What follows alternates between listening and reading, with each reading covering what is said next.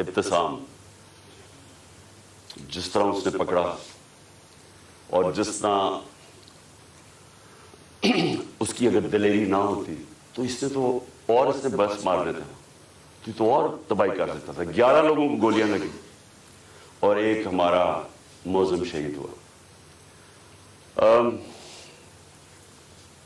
اب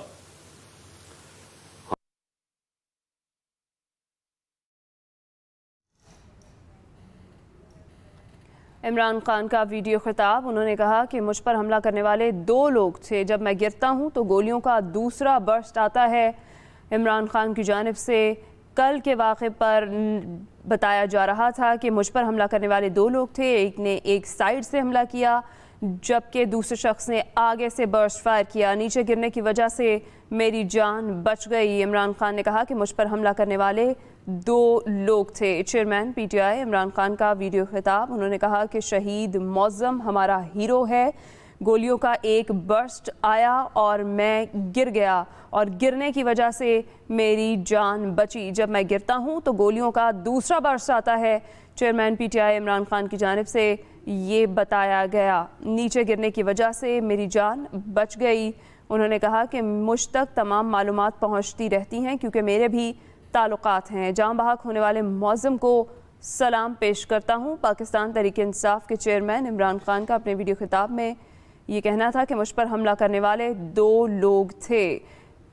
گولیاں لگنے سے جب میں گرتا ہوں تو سامنے سے دوسرا برسٹ بھی آتا ہے اور میں اگر نہ گرتا تو میری جان جا سکتی تھی. Chairman P T I Imran Khan کی جانب سے بتایا گیا کہ جب میں گرتا ہوں تو گولیوں کا دوسرا برسٹ آتا ہے. تو ان کی جانب سے گفتگو میں کہا گیا کہ نیچے گرنے کی وجہ سے میری جان بچ گئی. انہوں نے کہا کہ مجھے پہلے سے ہی پتہ چل گیا تھا کہ ان کا گجرات اور وزیر آباد میں مجھ پر حملہ کرانے کا پلان ہے. میں نے ویڈیو بنوا رکھی ہے. اگر مجھے کچھ ہوتا ہے تو ویڈیو ریلیز کی جائے گی. حملہ آور کو پکڑنے والے دلیر ابتسام کو بھی chairman P T I Imran Khan کی جانب سے سلام پیش کیا گیا. انہوں نے کہا کہ شہید معظم ہمارا ہیرو ہے. مجھ پر حملہ کرنے والے 2 لوگ تھے. Chairman P T I Imran Khan کی جانب سے اپنے ویڈیو خطاب میں بتایا گیا کہ گولیوں کا ایک برسٹ آتا ہے اور میں گر جاتا ہوں. اس کے فوراً بعد دوسرا برسٹ فائر کیا گیا. قوم کے سامنے یا ایک پرامن انقلاب آئے گا اور یا خونی انقلاب آئے گا اور تیسرا راستہ نہیں ہے. کیونکہ میں نے 6 مہینے میں اس قوم کو جاگتے دیکھا ہے. قوم کھڑی ہو گئی ہے. یہ جو شعور کا جن ہے یہ بوتل سے نکلا ہے. یہ اندر نہیں جانے لگا. اب فیصلہ صرف یہ کر لیں کہ ہم پرامن طریقے سے اس ملک کے اندر چینج لے کے آئیں گے جو کہ بیلٹ باکس کے ذریعے آئے گا صاف اور شفاف الیکشن کے لیے, یا وہ جو ایران میں ہوا تھا ہوگا, تباہی ہوگی, جو سری لنکا میں لوگ سڑکوں پہ آ جائیں گے, کیوس ہوگا. یہ جماعت جس کو ان 3 لوگوں نے مجھے قتل کرنے کی کوشش کی اور اللہ نے بچایا. جس طرح ابھی ڈاکٹر فیصل نے کہا کہ یہ جو گولی میری یہ ادھر اوپر کی ٹانگ پہ لگی, وہ ایک گولی میری جو وہ اصل آرٹری ہے اس کے نیچے سے نکل گئی اور ایک اس کے پاس آگے رک گئی. اگر وہ رپچر ہو جاتی تو 20 منٹ میں انسان مرتا ہے. 20 منٹ میں سارا خون نکل جاتا ہے. اگر تو سیدھا ہاسپٹل نہ ہو 20 منٹ میں مر گیا آدمی. تو اللہ نے اگر مجھے یہ بچایا ہے, جو مجھے آج زندہ رکھا ہے, یہ صرف اللہ کا کرم. انہوں نے تو پوری کوشش, کوئی کسر نہیں چھوڑی تھی. انہوں نے تو ایک ادھر سے اور ادھر سے سامنے والے نے مارنا تھا. اور پھر سوال میں پوچھتا ہوں, سب سے بڑی پاکستان کی پولیٹیکل پارٹی, اس کے سربراہ جو واحد فیڈرل پارٹی رہ گئی ہے پاکستان میں, یہ 2 فیملی پارٹیز سکڑ کے چھوٹی چھوٹی پارٹیز رہ گئی ہیں. میں چیلنج کر کے جاؤں گا سندھ میں اور انشاءاللہ یہ زرداری مافیا کو سندھ میں ہرا کے دکھاؤں گا آپ کو. سندھ کے لوگ اس سے تنگ ہیں, ان کو سب سے زیادہ غلام ادھر بنایا ہوا, ان کو وہ سب سے زیادہ آزادی طلب کر رہے ہیں. اور یہ شریف خاندان, میں چیلنج کرتا ہوں, یہ کدھر کسی سیٹ پہ میرے سے مقابلہ کرے. نواز شریف آئے